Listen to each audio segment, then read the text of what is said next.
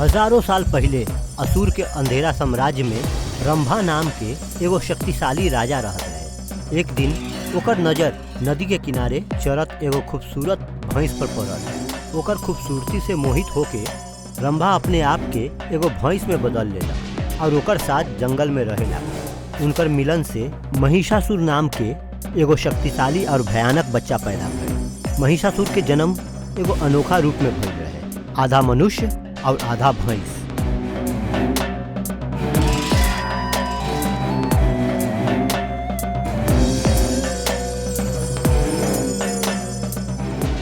महिषा के मतलब भैंस और असुर के मतलब राक्षस होखेला। अपन माई से जंगली जानवर के ताकत और अपन पिता से राक्षस के दुष्टता के कारण महिषासुर हमेशा बुराई और विनाश करे के चाहत रहे। अमर होए के आशा में महिषासुर भगवान ब्रह्मदेव के ध्यान और प्रार्थना करे के शुरू कर देलक। बिना भोजन और नींद के अटूट संकल्प के साथ कई वर्ष तक कठोर तपस्या कैलक। धरती कांप उठल, आसमान में अंधेरा छा गई और एगो अनंत काल के बाद ओकर प्रार्थना सुनल गई। आखिरकार ब्रह्मदेव ओकर भक्ति से प्रसन्न होके ओकर सामने प्रकट भइलन। महिषासुर, हम तहार भक्ति से प्रसन्न है, जोन चाह वर मांग ल। हे ब्रह्मदेव, हम अमर होए के चाहतानी।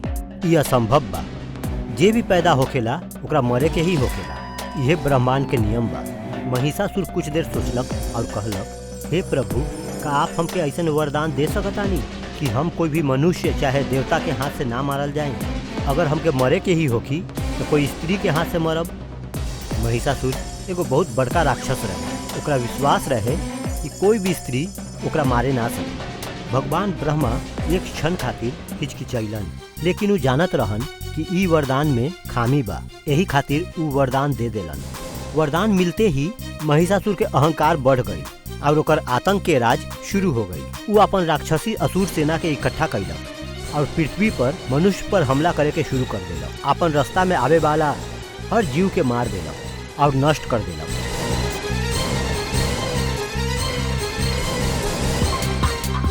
पृथ्वी पर विजय प्राप्त कैला के बाद वो स्वर्ग में देवता सबसे लड़े के फैसला कैलक। वो अपन विशाल असुर सेना के साथ इंद्रलोक के राजधानी अमरावती पर हमला कर देलक, जे भगवान इंद्र के निवास स्थान रहे। सब देवतागण अपन पूरा ताकत के साथ महिषासुर से लड़े के कोशिश कैलन, लेकिन एकर कोई फायदा ना भइल। महिषासुर अजेय रहे, कोई भी देवता चाहे मनुष्य ओकरा के हरा ना सकत रहे।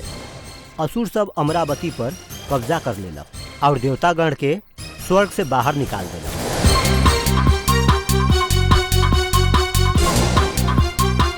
इंद्रदेव मदद खातिर त्रिमूर्ति भगवान विष्णु, ब्रह्मा और महेश्वर के पास भागलन।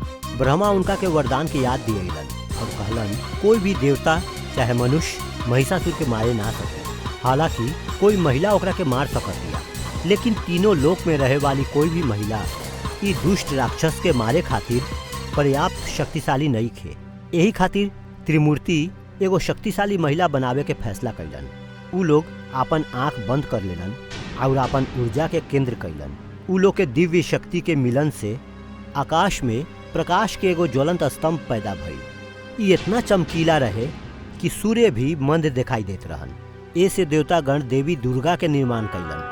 देवतागण उनका के राक्षस महिषासुर के हरावे खातिर शक्तिशाली हथियार से सुसज्जित कैलन। भगवान विष्णु उनका के सुदर्शन चक्र दिलन, शिव जी आपन शक्तिशाली त्रिशूल दिलन और ब्रह्मा जी आपन कमंडल दिलन।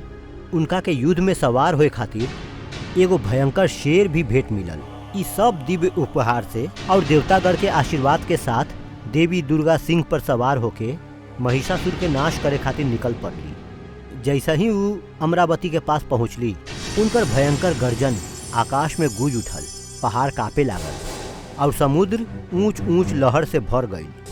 उनकर उपस्थिति पूरा ब्रह्मांड में भय के लहर फैला दिया। जब उनकर आगमन के खबर महिषासुर तक पहुंचलक तो वो हंसे लागल। एगो साधारण महिला हमके चुनौती देवे आइल बारी। एगो महिला, वो हमार सामना के लायक भी नहीं खे। हम ओकरा से निपटे खातिर आपन सेना भेज देब। वो ओकरा के ऐसा ही कुचल दी जैसे बाकी सबके कुचलेला। महिषासुर अपन विशाल असुर सेना के देवी दुर्गा के सामना करे के आदेश देला। युद्ध के मैदान बहुत जल्दी हथियार के टक्कर से गूंज उठल और राक्षस सबके लहर देवी पर टूट पड़ल। बाकी एक एक करके सब राक्षस देवी के सामने गिर गई। उनकर दिव्य शक्ति से आसानी से पराजित हो गई। अंत में महिषासुर स्वयं देवी दुर्गा के विरुद्ध युद्ध करे गई। देवी के भ्रमित करे खातिर बेताब महिषासुर अपन सारा काला शक्ति के इस्तेमाल कैलक। अलग अलग जानवर के रूप धारण कैलक। सबसे पहले उ एगो क्रूर शेर बन गई जे भयानक गति से दुर्गा पर हमला करे लागल। देवी ओकरा के दिव्य अस्त्र से मार ली, जैसे उ घायल हो गई। आत्मसमर्पण करे से इनकार करते हुए उ एगो विशाल हाथी में बदल गई और उनकर ओर गरजे लागल। एक बार फिर दुर्गा अपन हथियार से जवाबी हमला कैली, जैसे उ गंभीर रूप से घायल हो गई। देवी दुर्गा और महिषासुर के बीच 9 दिन तक भयंकर युद्ध चला।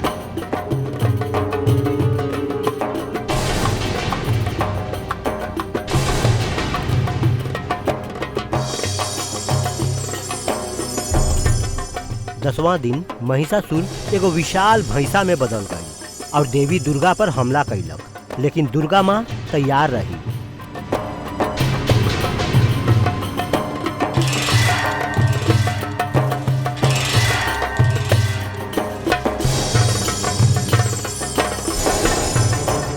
एगो तेज और शक्तिशाली चाल के साथ उ ओकरा के आपन त्रिशूल से मार देली, जैसे ओकर आतंक के राज खत्म हो गई। महिषासुर पराजित भइल और देवतागण स्वर्ग में आपन घर लौटे घड़ी खुशी से झूम उठल। ओ दिन से देवी दुर्गा के नवरात्रि के दौरान पूजा कइल जाला, खास करके 9वां दिन, जब उनका के महिषासुर मर्दिनी के रूप में पूजल जाला।